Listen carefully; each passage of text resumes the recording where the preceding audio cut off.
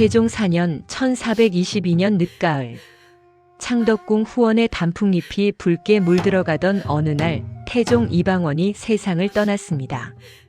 승하 소식은 궁궐 전체를 깊은 슬픔으로 물들였고 그 슬픔은 후궁들이 거처하는 별당까지 조용히 스며들었습니다.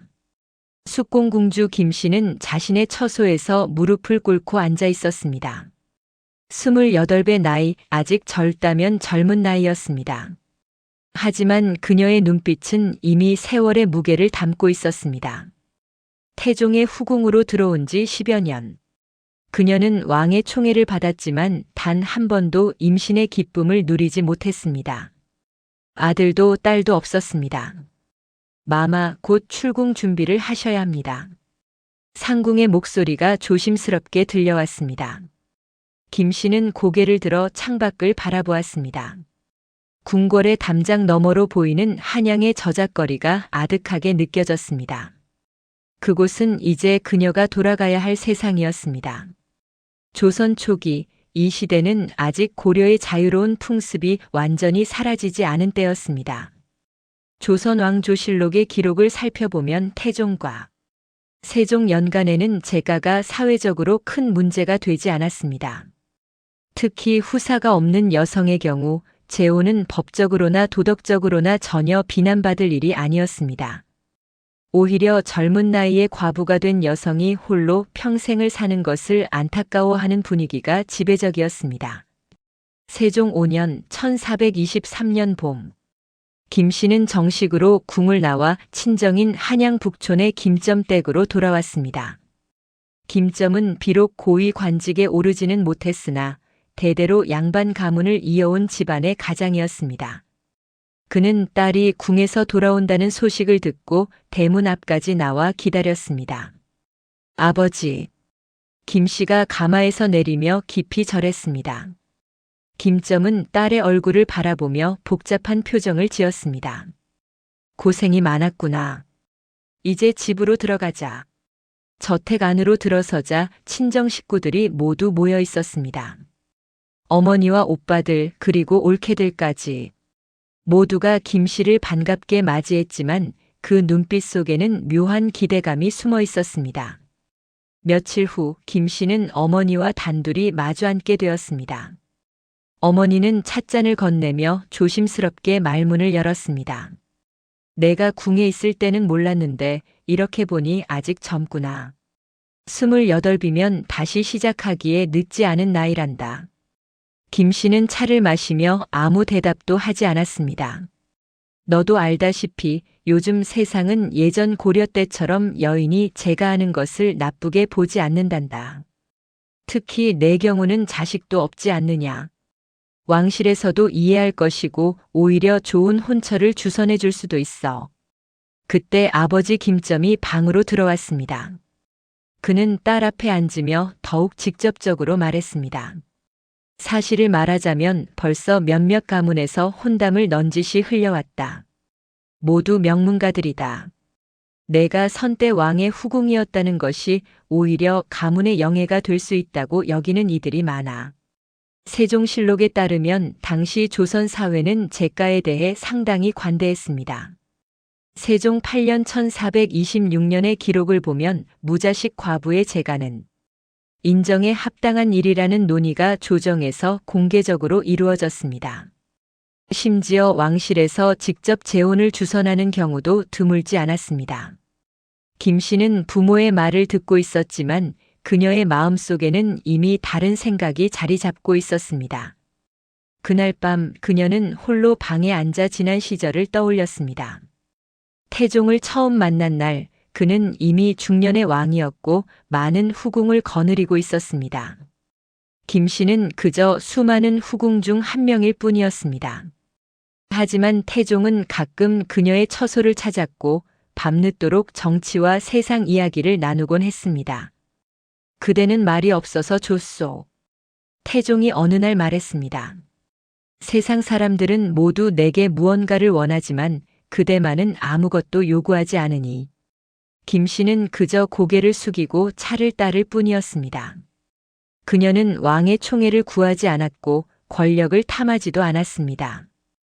다만 조용히 자신의 자리를 지켰을 뿐입니다. 하지만 세월이 흘러도 자식은 오지 않았습니다. 궁중 의녀들이 여러 약을 처방했고 기도도 올렸지만 소용없었습니다. 김 씨는 점차 태종의 방문 횟수가 줄어드는 것을 느꼈습니다.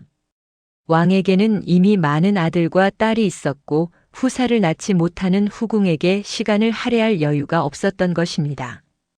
그럼에도 김 씨는 원망하지 않았습니다. 그저 묵묵히 궁중 생활을 이어갔고 가끔씩 태종이 찾아올 때면 정성껏 시중을 들었습니다. 태종의 마지막 모습을 본 것은 승하하기 한 달 전이었습니다. 병환으로 수척해진 왕은 그녀의 처소에 들러 짧게 말했습니다. 그대는 평생 불평 한마디 없었소. 과인이 그대에게 미안하오. 그것이 태종이 그녀에게 남긴 마지막 말이었습니다. 세종 6년 1424년 여름, 김점의 집에는 연이어 손님들이 찾아왔습니다. 모두 혼담을 의논하기 위해서였습니다. 어떤 이는 충청도의 부유한 양반 집안을 소개했고 어떤 이는 한양의 높은 관직에 있는 호라비를 추천했습니다.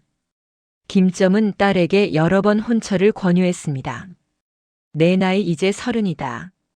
이 기회를 놓치면 다시는 좋은 혼처를 만나기 어려울 것이다. 하지만 김 씨는 매번 고개를 저었습니다. 아버지, 죄송하지만 저는 제가 할 뜻이 없습니다. 왜냐? 자식도 없는데 평생 혼자 살겠다는 것이냐? 그것이 무슨 의미가 있느냐? 김 씨는 잠시 침묵했다가 조용히 대답했습니다. 저는 태종 전하의 여인이었습니다. 비록 자식은 없지만 제 마음속에는 여전히 전하만 계십니다. 김점은 답답한 표정으로 딸을 바라보았습니다. 그것은 내 생각일 뿐이다. 세상 사람들은 아무도 내가 평생 홀로 지내길 바라지 않는다. 태종 전하께서도 지하에서 내가 행복하길 바라실 것이다. 그러나 김 씨의 의지는 확고했습니다. 그녀는 어떤 혼담도 거절했고 점점 더 집안 식구들과 거리를 두기 시작했습니다. 세종 7년 1425년 가을, 김점의 집안에는 긴장감이 감돌았습니다. 김점의 아들들, 즉 김 씨의 오빠들이 아버지를 찾아와 조심스럽게 말했습니다. 아버님, 누이가 재가를 거부하는 것은 집안의 명예를 생각해서입니다. 하지만 명문가와의 혼인은 오히려 우리 가문의 위상을 더 높일 수 있습니다. 조금 더 설득해 보시는 것이 어떻겠습니까? 김점도 내심 같은 생각이었습니다. 딸이 더 높은 가문으로 시집을 가면 자연스럽게 김 씨 가문의 사회적 지위도 상승할 터였습니다. 하지만 딸의 완강한 태도 앞에서 그는 점점 설득력을 잃어가고 있었습니다. 그해 겨울, 김 씨는 마침내 결심했습니다. 그녀는 친정 식구들에게 더 이상 혼담을 권하지 말아달라고 단호히 말했습니다. 그리고 혼자만의 시간을 보내며 태종을 추모하는 데 집중하기 시작했습니다. 세종실록 8년 1426년 2월의 기록에는 숙공공주 김 씨가 태종의 승하 이후 재가를 완강히 거부하고 있다는 내용이 간략히 언급되어 있습니다. 이는 당시로서는 매우 드문 일이었기에 궁중에서도 주목하고 있었던 것입니다. 김 씨는 자신의 방에 작은 제단을 마련했습니다. 태종의 위패를 모시고 매일 아침 저녁으로 향을 피우고 절을 올렸습니다. 친정 식구들은 이를 이상하게 여겼지만 더 이상 간섭하지 않았습니다. 어느 봄날 오후 김 씨는 뒷마당에 홀로 앉아 있었습니다. 매화꽃이 피어나고 새들이 지저귀는 평화로운 순간이었습니다. 그녀는 문득 깨달았습니다. 세상 사람들은 그녀가 다시 혼인하여 새로운 삶을 사는 것이 행복이라고 말하지만 그녀에게 진정한 행복은 태종에 대한 기억을 지키며 사는 것이었습니다. 저는 이미 선택했습니다. 김 씨는 혼잣말처럼 중얼거렸습니다. 저는 태종 전하의 여인으로 평생을 살겠습니다. 그날부터 김 씨는 더욱 조용히 그러나 더욱 확고하게 자신의 길을 걸어가기 시작했습니다. 친정 가문의 기대와 압박, 사회의 관습과 편견, 그 모든 것을 뒤로하고 그녀는 오직 자신의 마음이 이끄는 대로 살기로 결심한 것입니다. 이것은 아직 조선이 성리학적 정절관념에 완전히 지배되기 전 한 여성이 스스로의 의지로 선택한 삶의 시작이었습니다. 후사가 없어 제가가 가장 자연스러운 선택이었던 시대에 김 씨는 오히려 가장 어렵고 고독한 길을 택했습니다. 그리고 그 선택은 훗날 조선 역사에 깊은 울림을 남기게 될 것이었습니다. 세종 8년 1426년 봄, 경복궁 편전에서 세종은 신하들과 국정을 논의하던 중 문득 선대 왕 태종의 후궁들에 대한 예우 문제를 꺼냈습니다. 그 중에서도 특히 숙공공주 김 씨의 상황이 화제에 올랐습니다. 숙공공주 김 씨가 선왕 승하 후 이미 4년째 친정에 머물고 있다고 들었소. 아직 젊은 나이인데 홀로 지내고 있다 하니 안타까운 일이오. 세종이 좌우를 둘러보며 말했습니다. 좌의정 황희가 조심스럽게 아뢰었습니다. 전하, 숙공공주는 후사가 없는 처지이니 제가를 허락하시는 것이 인정에 합당할 것입니다. 고려시대부터 내려온 풍습이기도 하거니와 현재 우리 조정에서도 이를 금하지 않고 있사옵니다. 세종은 고개를 끄덕이며 생각에 잠겼습니다. 세종실록 8년 3월 15일 기록에 따르면 세종은 선대 왕의 후궁들에게 적절한 예우를 베푸는 것이 왕실의 덕을 보이는 일이라 여겼습니다. 특히 자녀가 없는 후궁의 경우 평생을 홀로 지내게 하는 것은 오히려 가혹한 처사라고 판단했던 것입니다.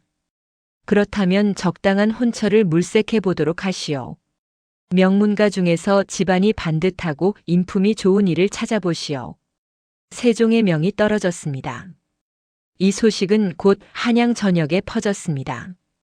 왕이 직접 선대 왕의 후궁을 위해 혼처를 주선한다는 것은 그 자체로 큰 명이었습니다.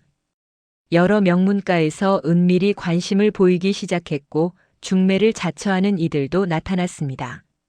세종 8년 1426년 여름, 김점의 저택에 궁중에서 내관이 찾아왔습니다. 김점은 황급히 사랑채를 정돈하고 내관을 맞이했습니다. 김참봉 전하께서 영의 딸 숙공공주의 혼사를 염려하고 계시오. 이는 왕실의 각별한 배려이니 마땅히 받들어야 할 것이오. 내관은 세종의 뜻을 정중하게 전달했습니다. 그리고 이미 몇몇 후보가 있다는 것도 귀띔했습니다. 그 중에는 영남 지방의 대지주 집안과 한양의 이름난 학자 가문도 포함되어 있었습니다. 김점은 기쁜 마음으로 내관을 전송한 후 즉시 딸을 불렀습니다. 김씨야, 이것은 하늘이 내린 기회다. 전하께서 직접 나서시는데 어찌 거부할 수 있겠느냐? 하지만 김씨의 표정은 굳어 있었습니다. 아버지, 저는 이미 말씀드렸습니다. 저는 제가 할 뜻이 없습니다. 이것은 내 개인의 문제가 아니다. 전하의 명을 거역하는 것은 불경이니라. 김점의 목소리가 높아졌습니다. 그날 밤 김 씨는 홀로 자신의 방에서 깊은 고민에 빠졌습니다. 왕의 명을 거스르는 것은 참으로 두려운 일이었습니다. 하지만 그녀의 마음은 이미 결정되어 있었습니다. 다른 남자의 아내가 된다는 것은 상상조차 할 수 없었습니다. 세종 8년 1426년 8월, 김 씨는 마침내 결심하고 상소를 올리기로 했습니다. 당시 양반과 여성이 직접 왕에게 상소를 올리는 것은 매우 이례적인 일이었지만 김 씨는 다른 방법이 없다고 판단했습니다. 그녀는 며칠 밤을 새워 정성스럽게 상소문을 작성했습니다. 세종실록 8년 8월 20일 기록에는 숙공공주 김 씨가 재가를 거부하는 상소를 올렸다는 간략한 기록이 남아 있습니다. 상소문의 내용은 이러했습니다. 신첩 김 씨는 삼가 아래옵니다. 신첩은 비록 미천한 몸이오나 태종 전하의 은총을 입어 후궁의 반열에 올랐사옵니다. 비록 자식은 없으나 신첩의 마음속에는 오직 태종 전하만 계시옵니다. 신첩이 어찌 감히 다른 남편을 섬길 수 있겠사옵니까? 전하의 성은은 지극하시나 신첩은 평생 태종 전하를 위해 수절하며 살고자 하오니 부디 신첩의 뜻을 헤아려 주시옵소서. 세종은 이 상소를 받아보고 깊은 감동을 받았습니다. 당시 제가가 흔하던 시대에 스스로 정절을 지키겠다는 여성의 의지는 매우 드문 일이었습니다. 세종은 신하들을 모아놓고 이 문제를 논의했습니다. 숙공공주의 뜻이 이토록 굳건하니 과인이 어찌 억지로 혼인을 강요할 수 있겠소? 세종이 신하들에게 물었습니다. 예조판서 신상이 나서서 아뢰었습니다. 전하, 여인의 정절은 백행의 근본이옵니다. 비록 제가가 허용되는 시대이나 스스로 수절을 택한다면 이는 귀한 덕행이옵니다. 억지로 혼인시키는 것은 오히려 덕을 해치는 일이 될 것입니다. 세종은 마침내 김씨의 뜻을 존중하기로 결정했습니다. 그리고 내관을 보내 김점에게 전했습니다. 숙공공주의 뜻이 굳건하니 더 이상 혼사를 권하지 말라. 세종 8년 1426년 가을 왕의 허락을 받은 김씨는 한시름 놓았지만 이내 더 큰 결심을 품게 되었습니다. 단순히 제가를 거부하는 것만으로는 부족했습니다. 그녀는 태종에 대한 자신의 정절을 더욱 확고히 보여주고 싶었습니다. 어느 날 김씨는 조용히 예법에 관한 책들을 찾아 읽기 시작했습니다. 주자가래와 얘기를 펼쳐보며 상복에 관한 규정을 세밀히 살펴보았습니다. 조선 초기의 예법에 따르면 정실 부인은 남편이 죽으면 3년상을 치르고 상복을 입을 수 있었습니다. 하지만 후궁의 경우 왕을 위한 정식 상복 착용은 허락되지 않았습니다. 후궁은 왕실의 부속적 존재로 여겨졌고 정실 왕비와는 예법상 엄격히 구분되었던 것입니다. 그러나 김씨의 생각은 달랐습니다. 저는 태종 전하의 여인이었습니다. 비록 후궁이라는 낮은 신분이었으나 제 마음속에서 전하는 유일한 남편이셨습니다. 그렇다면 저도 마땅히 상복을 입고 전하를 추모해야 하지 않겠습니까? 세종 9년 1427년 봄, 김씨는 다시 한번 상소를 올렸습니다. 이번에는 더욱 파격적인 내용이었습니다. 신첩 김씨는 삼가 아래옵니다. 신첩은 비록 후궁의 미천한 몸이오나 태종 전하를 섬긴 지 10여 년이옵니다. 전하께서 승하하신 지 어언 5년이 되어가오나 신첩은 아직도 전하에 대한 그리움을 이기지 못하고 있사옵니다. 신첩이 감히 청하오니 전하를 위해 상복을 입고 정식으로 복상할 수 있도록 허락해 주시옵소서. 이것이 신첩의 간절한 소원이옵니다. 이 상소가 조정에 알려지자 신하들 사이에서 큰 논쟁이 일어났습니다. 세종실록 9년 3월 12일 기록에는 이 논쟁의 내용이 상세히 기록되어 있습니다. 보수적인 신하들은 반대했습니다. 후궁이 왕을 위해 상복을 입는 것은 예법에 어긋나는 일입니다. 선례도 없거니와 만약 이를 허락한다면 왕실의 질서가 흔들릴 것입니다. 하지만 일부 신하들은 다른 의견을 내놓았습니다. 숙공공주의 정절은 참으로 귀하옵니다. 비록 예법에는 어긋나나 그 정성만큼은 인정해야 하지 않겠습니까? 세종은 며칠 동안 깊은 고민에 빠졌습니다. 그는 김씨의 정절을 높이 평가했지만 동시에 왕실의 예법도 지켜야 했습니다. 예법은 단순한 형식이 아니라 사회 질서의 근간이었습니다. 세종 9년 1427년 여름, 세종은 마침내 결정을 내렸습니다. 그는 김씨를 직접 만나보기로 했습니다. 경복궁 후원의 한적한 정자에서 세종과 김씨의 만남이 이루어졌습니다. 김씨는 깊이 절하며 왕을 맞이했습니다.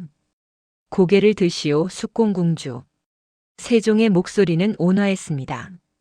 김씨가 조심스럽게 고개를 들자 세종은 그녀를 바라보며 말했습니다. 그대의 정절은 과인도 깊이 감동했소. 선왕을 향한 그대의 마음은 참으로 아름답고 귀한 것이요. 황송하옵니다, 전하. 김씨의 목소리는 떨렸습니다. 하지만 상복의 일은 과인도 어찌할 수 없소. 세종은 안타까운 표정을 지었습니다. 예법은 천하의 법이요. 후궁이 왕을 위해 상복을 입는 선례를 만들면 후대에 혼란이 올 수 있소. 그대의 마음은 충분히 이해하지만 이것만큼은 허락할 수 없어. 김 씨의 눈에 눈물이 맺혔습니다. 하지만 그녀는 고개를 숙이며 말했습니다. 전하의 뜻을 받들겠나이다. 신첩의 분수를 넘은 청이었사옵니다. 아니요. 세종이 말을 이었습니다. 그대의 청이 분수를 넘은 것이 아니라 그대의 정절이 예법을 넘어선 것이요. 과인은 비록 상복은 허락할 수 없으나 그대의 수절을 왕실의 이름으로 인정하겠소. 그대는 평생 태종의 여인으로 살아도 좋소. 그 누구도 그대에게 재가를 강요하지 못할 것이요. 김 씨는 감격하여 깊이 절했습니다. 황공하옵니다, 전하. 신첩은 전하의 은혜를 평생 잊지 않겠나이다. 그날 이후 김 씨의 수절은 공식적으로 인정받았습니다. 비록 상복을 입지는 못했지만 그녀는 자신만의 방식으로 태종을 추모했습니다. 소복을 입고 매일 향을 피우며 절을 올렸습니다. 세종 10년 1428년 겨울, 김점의 저택에는 이제 아무도 김 씨에게 재가를 권하지 않았습니다. 오히려 집안 식구들은 그녀의 정절을 존중하기 시작했습니다. 한양의 소문도 달라졌습니다. 처음에는 이상한 여인이라는 시선도 있었지만 점차 굳은 절개를 지킨 귀한 여인이라는 평가로 바뀌어 갔습니다. 어느 겨울밤 김 씨는 창밖에 눈을 바라보며 생각에 잠겼습니다. 왕의 권유도 가족의 압박도 세상의 시선도 모두 뿌리쳤습니다. 이제 남은 것은 오직 그녀 자신과 태종에 대한 기억뿐이었습니다. 저는 제 길을 가겠습니다. 김 씨는 조용히 중얼거렸습니다. 비록 상복을 입지는 못했지만 제 마음속에는 영원히 상복을 입고 있을 것입니다. 그녀의 이 결단은 단순한 개인의 선택을 넘어서 조선 사회에 깊은 울림을 주기 시작했습니다. 재가가 자연스럽던 시대에 한 여성이 스스로 가장 어려운 길을 택했습니다. 그리고 그 선택은 왕조차 감동시켰으며 예법의 경계를 시험했습니다. 김 씨의 이야기는 이제 한양을 넘어 전국으로 퍼져나가기 시작했습니다. 그리고 그녀의 정절은 훗날 조선의 역사에서 가장 귀한 덕행 중 하나로 기억될 것이었습니다. 세종 12년 1430년 봄, 한양 북촌 김점의 저택은 이제 고요함 속에 자리 잡고 있었습니다. 김 씨가 재가를 거부한 지 어언 8년째, 그녀는 35의 나이로 여전히 태종만을 그리워하며 살아가고 있었습니다. 이른 아침 김 씨는 평소와 같이 태종의 위패 앞에 앉았습니다. 향을 피우고 정갈하게 절을 올린 후 그녀는 작은 목소리로 말했습니다. 전하, 오늘도 맑은 날입니다. 전하께서 좋아하시던 봄날이옵니다. 그녀의 일상은 단조로웠지만 평화로웠습니다. 아침에 일어나 위패 앞에 예를 올리고 낮에는 책을 읽거나 바느질을 하며 시간을 보냈습니다. 저녁에는 다시 향을 피우고 하루를 마무리했습니다. 그 어떤 화려함도 그 어떤 변화도 없는 삶이었지만 김 씨는 만족했습니다. 친정 식구들도 이제는 그녀의 삶을 받아들였습니다. 아버지 김점은 처음에는 답답해했지만 세월이 흐르며 딸의 굳은 의지를 존중하게 되었습니다. 오빠들도 더 이상 혼담을 권하지 않았습니다. 세종실록 12년 6월 3일 기록에는 숙공궁주 김 씨의 수절이 사대부들 사이에서 칭송받고 있다는 내용이 간략히 언급되어 있습니다. 김 씨의 이야기는 이미 한양의 양반 사회에 널리 알려져 있었고 점점 더 많은 이들이 그녀의 정절을 높이 평가하기 시작했습니다. 세종 13년 1431년 여름, 예조에서 세종에게 아뢰는 일이 있었습니다. 한 사대부가 아내를 잃고 재혼을 고려하고 있는데 주변에서 숙공궁주 김 씨의 사례를 들어 수절을 권유하고 있다는 보고였습니다.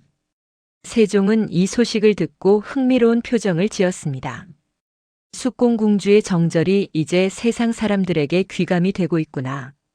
좌의정 황희가 말했습니다. 전하, 숙공궁주의 수절은 참으로 드문 일이옵니다. 재가가 허락된 이 시대에 스스로 평생을 혼자 살기로 결심한 것은 보통 사람이 할 수 있는 일이 아니옵니다. 세종은 고개를 끄덕였습니다. 그렇소. 과인은 그녀의 상복 착용은 허락하지 못했으나 그 정절만큼은 천하에 알려야 한다고 생각하오. 그해 가을 세종은 특별한 명을 내렸습니다. 숙공공주 김씨의 수절을 공식적으로 표창하고 그녀의 덕행을 왕실 기록에 남기도록 한 것입니다. 이는 단순한 기록을 넘어 김씨의 선택이 국가적으로 인정받았다는 의미였습니다. 세종 14년 1432년 봄, 김씨는 궁중에서 온 사자를 맞이했습니다. 사자는 세종의 교서를 읽어주었습니다. 숙공공주 김씨는 태종 전하의 후궁으로서 전하 승하 후 10년 동안 한결같이 정절을 지켜왔도다. 제가가 허락된 이 시대에 스스로 수절을 택한 것은 참으로 귀한 덕행이니 이에 왕실의 이름으로 그 정절을 표창하노라. 또한 특별히 미국 30석과 명주 10피를 하사하니 평안히 여생을 보내도록 하라. 김씨는 깊이 절하며 감격했습니다. 황공하옵니다. 신첩은 다만 제 마음이 이끄는 대로 살았을 뿐이온데 전하께서 이토록 큰 은혜를 베푸시니 감사할 따름이옵니다. 이 소식은 곧 한양 전역에 퍼졌습니다. 왕이 직접 한 여성의 수절을 표창했다는 것은 매우 이례적인 일이었습니다. 사대부들 사이에서는 김씨의 이야기가 더욱 널리 회자되었고 일부 학자들은 이를 성리학적 덕목의 실천 사례로 언급하기 시작했습니다. 세종 15년 1433년 가을, 집현전 학사들이 모여 올해일을 편찬하는 작업을 진행하고 있었습니다. 이는 조선의 예법을 체계화하는 중요한 작업이었습니다. 젊은 학사 중 한 명이 정인지에게 물었습니다. 대감 숙공공주 김씨의 사례를 어떻게 다루어야 할까요? 후궁의 수절에 대한 예법 규정이 명확하지 않습니다. 정인지는 잠시 생각하다가 말했습니다. 김씨의 수절은 예법을 넘어선 덕행이네. 예법으로 규정하기보다는 하나의 미담으로 기록하는 것이 좋을 것 같네. 강요된 것이 아니라 스스로 선택한 것이기 때문이지. 이 대화는 당시 조선 사회가 김씨의 선택을 어떻게 받아들이고 있었는지를 보여줍니다. 그녀의 수절은 예법의 의무가 아니라 개인의 주체적 선택으로 인정받고 있었던 것입니다. 세종 18년 1436년 겨울, 김씨는 이제 41살이 되었습니다. 세월이 흘렀지만 그녀의 일상은 변함없었습니다. 여전히 매일 태종의 위패 앞에서 예를 올리고 조용히 책을 읽으며 시간을 보냈습니다. 어느 날 한양의 한 젊은 양반과 부인이 김씨를 찾아왔습니다. 그녀는 최근 남편을 잃고 재가를 권유받고 있었는데 김씨의 이야기를 듣고 조언을 구하러 온 것이었습니다. 숙공공주님, 저는 어찌해야 할지 모르겠습니다. 주변에서는 제가 하라 하고 또 어떤 이들은 수절하라 하니 제 마음이 혼란스럽습니다. 김씨는 부인을 따뜻하게 바라보며 말했습니다. 부인께서는 부인의 마음을 따르셔야 합니다. 저는 제 마음이 이끄는 대로 태종 전하만을 그리워하며 살기로 했습니다. 하지만 그것이 모든 이에게 맞는 길은 아닐 것입니다. 하지만 궁주님처럼 수절하는 것이 더 귀한 덕행이 아니옵니까? 김씨는 고개를 저었습니다. 덕행은 강요로 이루어지는 것이 아닙니다. 부인께서 진심으로 돌아가신 남편만을 그리워하신다면 수절하시면 되고 새로운 삶을 원하신다면 제가 하셔도 됩니다. 중요한 것은 부인 자신이 후회 없는 선택을 하시는 것입니다. 부인은 김씨의 말에 깊이 감동했습니다. 김씨는 자신의 선택을 남에게 강요하지 않았습니다. 오직 자신의 진심을 따랐을 뿐이었고 그것이 진정한 덕행임을 보여주었습니다. 세종 20년 1438년 봄, 세종실록 20년 4월 15일 기록에는 숙공공주 김씨의 수절이 16년째에 이르렀으며 사대부들이 이를 정절의 귀감으로 삼고 있다는 내용이 기록되어 있습니다. 이 무렵 성균관의 유생들 사이에서도 김씨의 이야기가 화제가 되었습니다. 일부 유생들은 김씨의 수절을 성리학적 정절 관념의 모범 사례로 삼아 논의하기 시작했습니다. 한 유생이 말했습니다. 숙공공주 김씨는 제가가 허락된 시대에 스스로 수절을 택했습니다. 이는 외부의 강요가 아닌 내면의 도덕성에서 우러나온 행동입니다. 진정한 덕행이란 바로 이런 것이 아니겠습니까? 또 다른 유생이 덧붙였습니다. 맞습니다. 법으로 강요된 정절은 진정한 정절이 아닙니다. 김씨처럼 스스로의 의지로 선택한 정절이야말로 가장 고귀한 것입니다. 이러한 논의는 당시 조선 사회가 아직 성리학적 엄격함으로 완전히 경직되지 않았음을 보여줍니다. 김씨의 수절은 강요된 것이 아니라 선택된 것이었기에 더욱 높은 평가를 받았던 것입니다. 세종 22년 1440년 여름. 김씨는 45의 나이로 여전히 건강하게 지내고 있었습니다. 그녀의 수절은 이제 18년째에 접어들었고 한양에서 그녀를 모르는 사람이 없을 정도로 유명해졌습니다. 어느 날 세종이 신하들과 함께 정사를 논하던 중 다시 한번 김씨의 이야기를 꺼냈습니다. 숙공공주 김씨가 수절한 지 벌써 18년이 되었소. 과인이 젊었을 때는 그녀의 선택을 이해하면서도 한편으로는 안타까워했소. 하지만 이제 보니 그녀는 자신만의 길을 당당히 걸어왔고 그 길에서 행복을 찾은 것 같소. 영의정 황희가 아뢰었습니다. 전하의 말씀이 지당하옵니다. 김씨는 세속적인 행복을 버리고 정신적인 고결함을 택했사옵니다. 이는 보통 사람이 할 수 없는 일이옵니다. 세종은 고개를 끄덕이며 말했습니다. 과인은 그녀에게 상복 착용을 허락하지 못한 것이 지금도 아쉽소. 하지만 그녀는 상복 없이도 진정한 복상을 했소. 마음으로 평생을 상복 입고 산 것이요. 그해 가을 세종은 다시 한번 김씨에게 특별한 하사품을 보냈습니다. 귀한 약재와 비단 그리고 친필로 쓴 격려의 글귀였습니다. 정절을 지키는 것은 쉽지 않은 일이나 그대는 이를 18년간 지켜왔도다. 과인이 깊이 존경하노라. 세종 25년 1443년 봄. 김씨는 이제 50살에 가까워졌습니다. 그녀의 얼굴에는 세월의 흔적이 역력했지만 눈빛만큼은 여전히 맑고 확고했습니다. 친정 조카들이 가끔 그녀를 찾아왔습니다. 조카들은 숙고모의 이야기를 어려서부터 들으며 자랐고 그녀를 존경했습니다. 고모님의 이야기는 이제 한양을 넘어 전국에 퍼졌다고 합니다. 고모님처럼 수절하는 여인들이 늘어나고 있다고 합니다. 김씨는 미소를 지으며 말했습니다. 그것이 좋은 일인지는 모르겠구나. 나는 다만 내 마음을 따랐을 뿐이란다. 다른 이들도 각자의 마음을 따라 살아야 한다고 생각한다. 하지만 고모님의 정절은 정말 대단하십니다. 20년이 넘도록 한결같으시니. 김씨는 창밖을 바라보며 조용히 말했습니다. 한결같은 것이 아니란다. 때로는 외롭고 때로는 후회도 들었지. 하지만 결국 내가 택한 길이고 이 길 위에서 나는 태종 전하와 함께하고 있다고 느낀단다. 그것이 나에게는 가장 큰 위안이지. 세종 26년 1444년 겨울. 세종실록 26년 12월 8일 기록에는 숙공공주 김씨의 수절이 22년째에 이르렀으며 조야가 모두 그 정절을 칭송하고 있다. 이는 성리학적 덕목의 실천이며 후세의 귀감이 될 것이다라는 평가가 실려 있습니다. 김씨의 수절은 이제 단순한 개인의 선택을 넘어 조선 사회 전체에 영향을 미치는 하나의 상징이 되었습니다. 제가가 자유롭던 시대에 그녀는 스스로 가장 어렵고 고독한 길을 택했습니다. 그리고 그 선택을 20년 넘게 지켜왔습니다. 그녀는 강요받지 않았습니다. 법으로 정해진 것도 아니었습니다. 오직 자신의 의지로 자신의 사랑으로 태종에 대한 변치 않는 마음으로 이 길을 걸어왔습니다.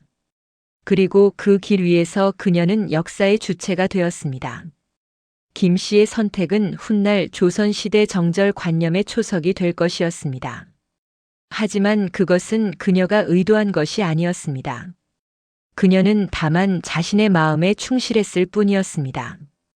그리고 그 진실함이 시대를 초월하여 사람들의 마음을 움직였던 것입니다. 세종 28년 1446년 늦봄. 김 씨는 51살의 나이로 여전히 한결같은 수절의 삶을 이어가고 있었습니다. 태종이 승하한 지 어언 24년 그녀는 한 번도 자신의 선택을 후회한 적이 없었습니다. 그 무렵 조선 사회는 서서히 변화하기 시작했습니다. 지편전 학사들을 중심으로 성리학 연구가 깊어지고 주자가래를 비롯한 유교 경전들이 더욱 엄격하게 해석되기 시작했습니다. 아직 세종 재위 시기였기에 그 변화는 완만했지만 조선은 점차 성리학적 이상 국가로 나아가고 있었습니다. 문종, 단종을 거쳐 세조대에 이르자 성리학적 기풍은 더욱 강화되었습니다. 세조 7년 1461년경.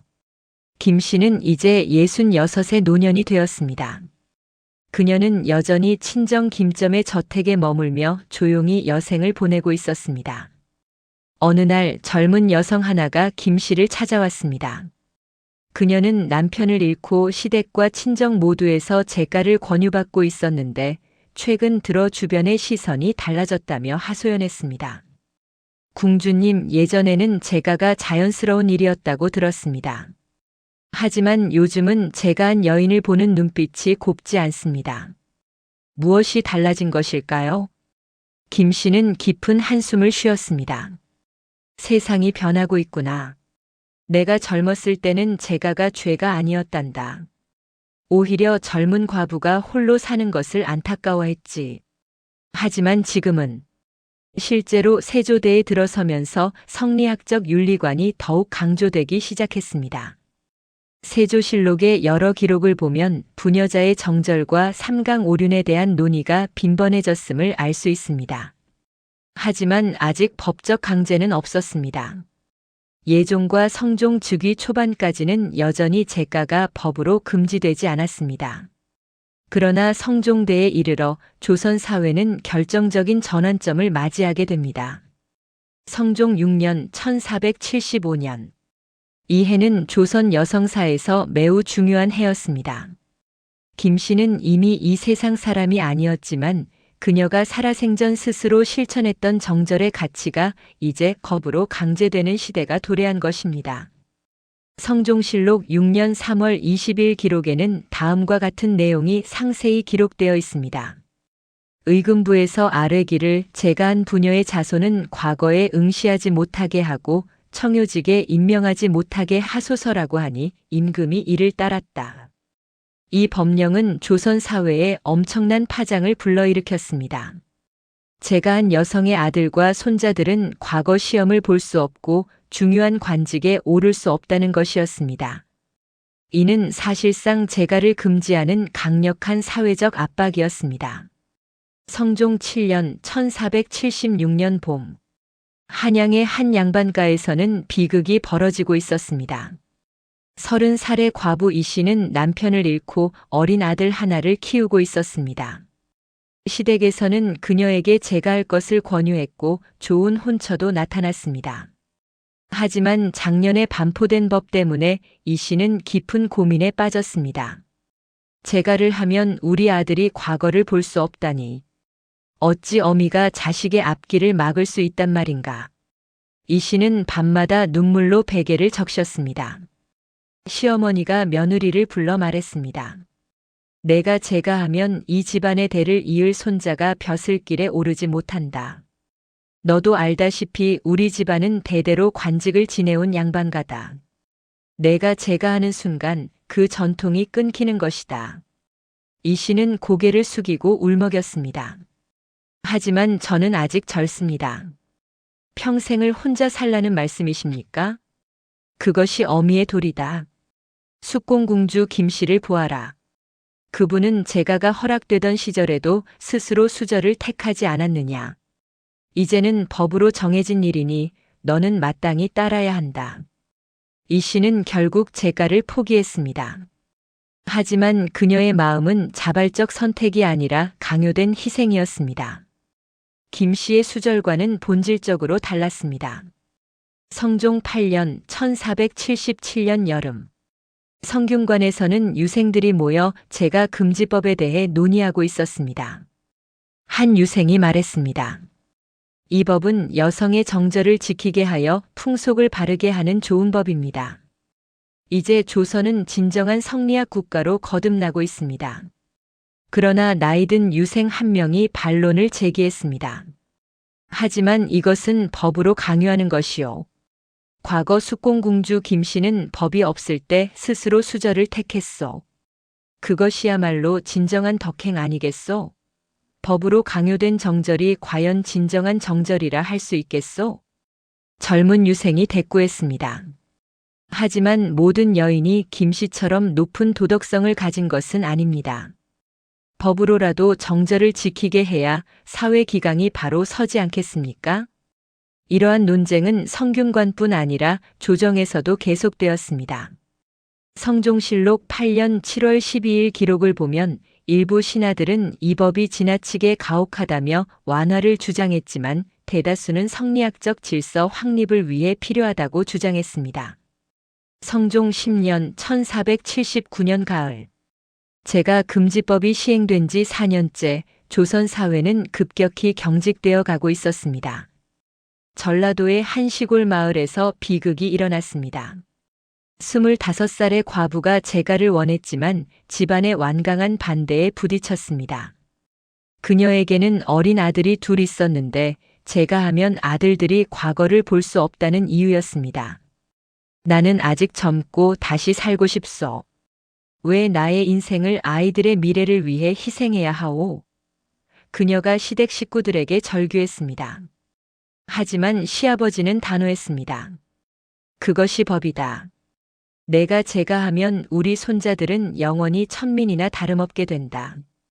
내가 참아야 한다. 결국 그 여인은 재가를 포기했습니다. 하지만 그 후 그녀는 우울증에 빠져 결국 병을 얻어 몇 년 뒤 세상을 떠났다고 합니다. 이러한 비극은 전국 곳곳에서 일어나고 있었습니다. 성종 12년 1481년 봄. 조정에서는 이 문제를 다시 논의했습니다. 좌참찬 노사신이 아뢰었습니다. 전하, 제가 금지법 시행 이후 백성들 사이에서 원성이 높습니다. 특히 가난한 집안의 젊은 과부들이 평생을 고통 속에 살아가고 있사옵니다. 하지만 우의정 정창손이 반박했습니다. 그것은 일시적인 고통이옵니다. 장기적으로 보면 이 법은 사회 풍속을 바로잡고 성리학적 질서를 확립하는 데 필수적입니다. 과거 숙공궁주 김씨의 고귀한 수절을 생각해 보십시오. 그분은 법이 없어도 스스로 정절을 지켰습니다. 이제 그 귀한 덕목을 모든 여인이 실천하도록 법으로 정한 것입니다. 성종은 고개를 끄덕였습니다. 경의 말이 옳소. 이 법은 유지되어야 하오. 그러나 노사신은 조용히 생각했습니다. 김씨는 스스로 선택했고 그것이 아름다웠습니다. 하지만 강요된 정절은 고통일 뿐입니다. 우리가 김씨의 덕행을 잘못 해석하고 있는 것은 아닐까요? 성종 15년 1484년 여름. 재가 금지법은 더욱 강화되었습니다. 성종실록 15년 6월 8일 기록에는 재가한 부녀의 자손은 3대까지 과거 응시를 금한다는 더욱 엄격한 규정이 추가되었습니다. 이제 재가는 사실상 불가능해졌습니다. 한 여성의 선택이 3대에 걸쳐 후손들의 운명을 좌우하게 된 것입니다. 조선은 고려 시대의 자유로운 풍습을 완전히 버리고 엄격한 성리학 사회로 변모했습니다. 한양의 어느 사대부 집안에서는 숙공궁주 김씨의 이야기가 다시 회자되고 있었습니다. 우리 집안에도 과부가 된 며느리가 있소. 그 여인에게 숙공궁주의 이야기를 들려주시오. 김씨처럼 정절을 지키는 것이 얼마나 고귀한 일인지 깨닫게 하시오. 하지만 그 며느리는 마음속으로 생각했습니다. 숙공궁주님은 스스로 선택하셨다고 들었습니다. 하지만 저는 선택의 여지가 없습니다. 이것이 같은 것일까요? 성종 18년 1487년 가을. 재가 금지법이 시행된 지 12년 조선 사회는 완전히 달라져 있었습니다. 이제 여성의 재가는 사회적으로 용납되지 않는 일이 되었습니다. 재가한 여성은 천대받았고 그 자손들은 평생 차별을 받았습니다. 젊은 나이에 과부가 된 여성들은 평생을 고독과 고통 속에서 살아가야 했습니다. 한양의 한 서당에서 선생이 제자들에게 가르치고 있었습니다. 너희들은 숙공공주 김씨를 기억해야 한다. 그분은 태종의 후궁으로서 자녀도 없었지만 평생 수절하며 정절을 지켰느니라. 이것이야말로 여인의 최고 덕목이니라. 어린 학동들은 고개를 끄덕이며 그 이야기를 마음에 새겼습니다. 하지만 그들은 알지 못했습니다. 김 씨의 수절이 자발적 선택이었다는 것을, 그리고 그 시대에는 재가가 허락되었다는 것을. 세월이 흐르며 김 씨의 이야기는 점점 미화되고 왜곡되었습니다. 그녀의 자발적 선택은 모든 여성이 따라야 할 의무로 둔갑했고 그녀의 고독한 결단은 법적 강제의 명분이 되었습니다. 성종 20년 1489년 겨울 성균관 대사성 김종직이 제자들에게 말했습니다. 숙공공주 김씨는 우리 조선이 자랑해야 할 연려의 표상이요. 그분의 수절은 성리학적 이상의 완벽한 실천이었소. 비록 재가가 허락되던 시절이었지만 그분은 높은 도덕성으로 스스로 정절을 택하셨소. 한 제자가 조심스럽게 물었습니다. 선생님, 그렇다면 김 씨의 선택과 지금 법으로 강요되는 정절 사이에는 차이가 있지 않습니까? 김종직은 잠시 침묵했다가 대답했습니다. 그것은 깊이 생각해 볼 문제로구나. 자발적 덕행과 강제된 의무는 분명 다르지. 하지만 결과적으로 사회 질서를 바로 세운다는 점에서는 같다고 할 수 있지 않겠느냐. 하지만 그 제자는 마음속으로 의문을 품었습니다. 정말 같은 것일까요? 김 씨는 자유로운 선택 속에서 정절을 택했고 그래서 아름다웠습니다. 하지만 지금 여인들은 선택의 여지가 없습니다. 이것이 과연 김 씨가 원했던 것일까요? 조선은 이렇게 유연함에서 경직으로, 자유에서 억압으로 변해가고 있었습니다. 숙공공주 김 씨가 시대를 앞서 실천했던 자발적 정절은 역설적으로 후대 수많은 여성들에게 강요된 고통의 명분이 되었습니다. 그러나 역사는 기억해야 합니다. 김 씨의 선택은 강요가 아닌 자유 속에서 이루어졌다는 것을, 그리고 그 자유야말로 그녀의 선택을 진정으로 고귀하게 만든 본질이었다는 것을 말입니다. 세종 32년 1450년 늦가을 한양 북촌 김점의 저택에 가을비가 내리고 있었습니다. 숙공공주 김 씨는 55의 나이로 병상에 누워 있었습니다.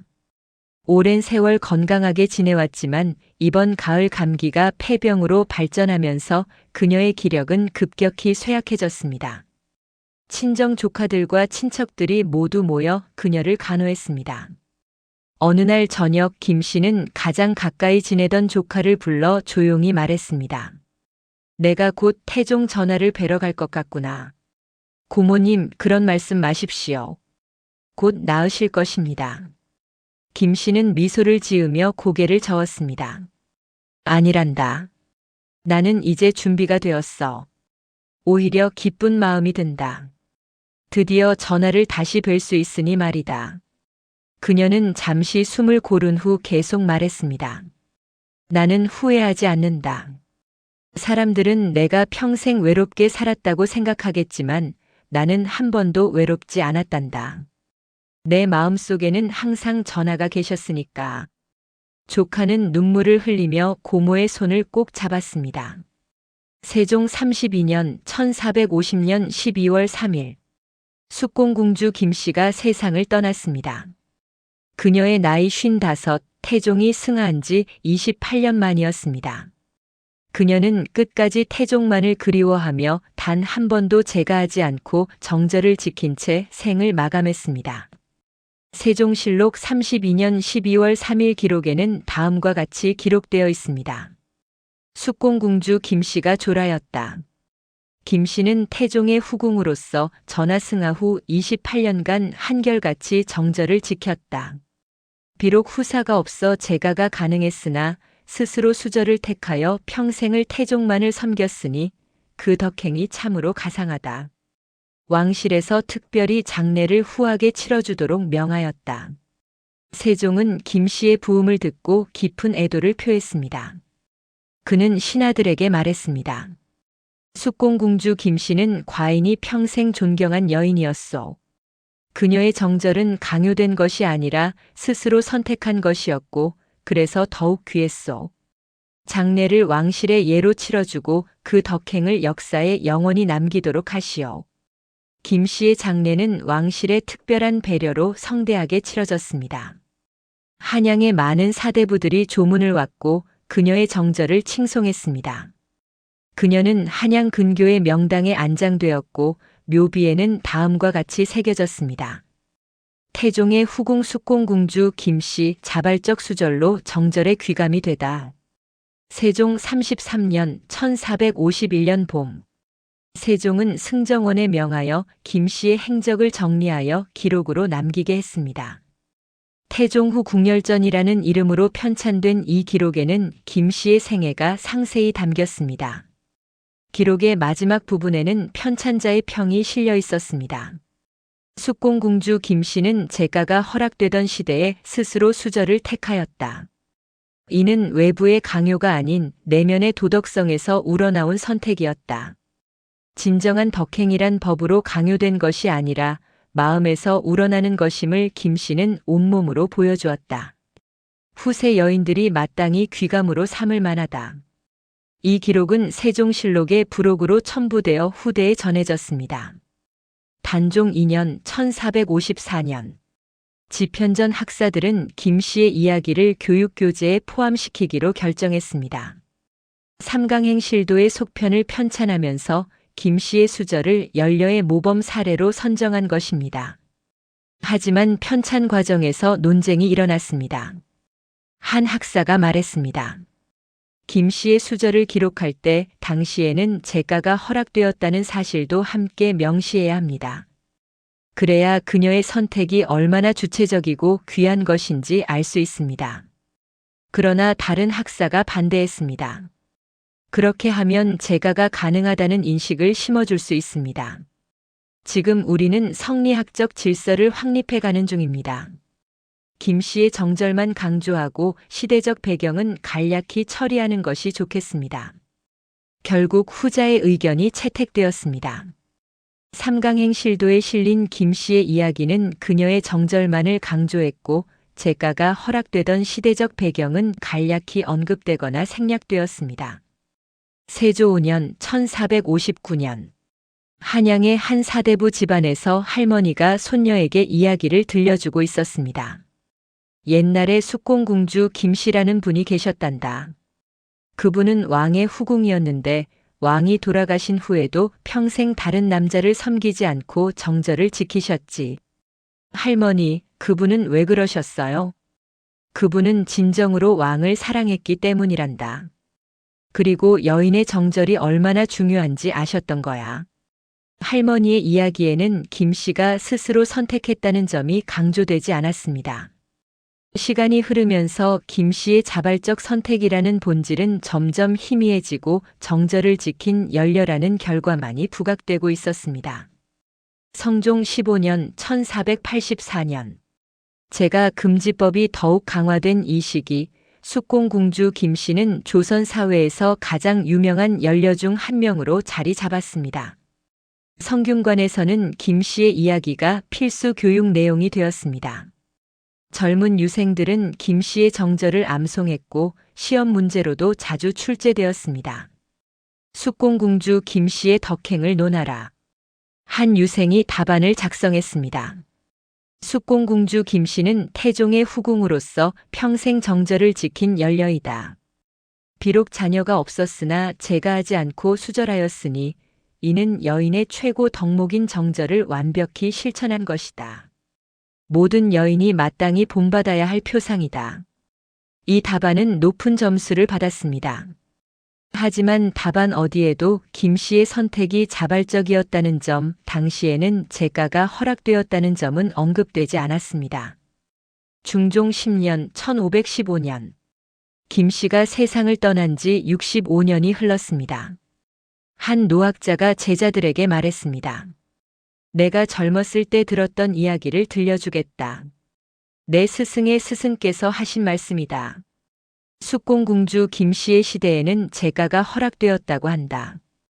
그럼에도 김 씨는 스스로 수절을 택했다. 이것이 진정한 덕행이다. 법으로 강요된 것이 아니라 마음에서 우러나온 선택이었기 때문이다. 젊은 제자들은 놀란 표정을 지었습니다. 그렇다면 지금 우리가 배운 내용과는 다릅니다. 우리는 김 씨가 당연히 지켜야 할 정절을 지킨 것으로 배웠습니다. 노학자는 한숨을 쉬었습니다. 그것이 문제다. 시간이 흐르면서 김 씨의 선택은 잊혀지고 의무로만 기억되고 있구나. 하지만 너희는 기억해야 한다.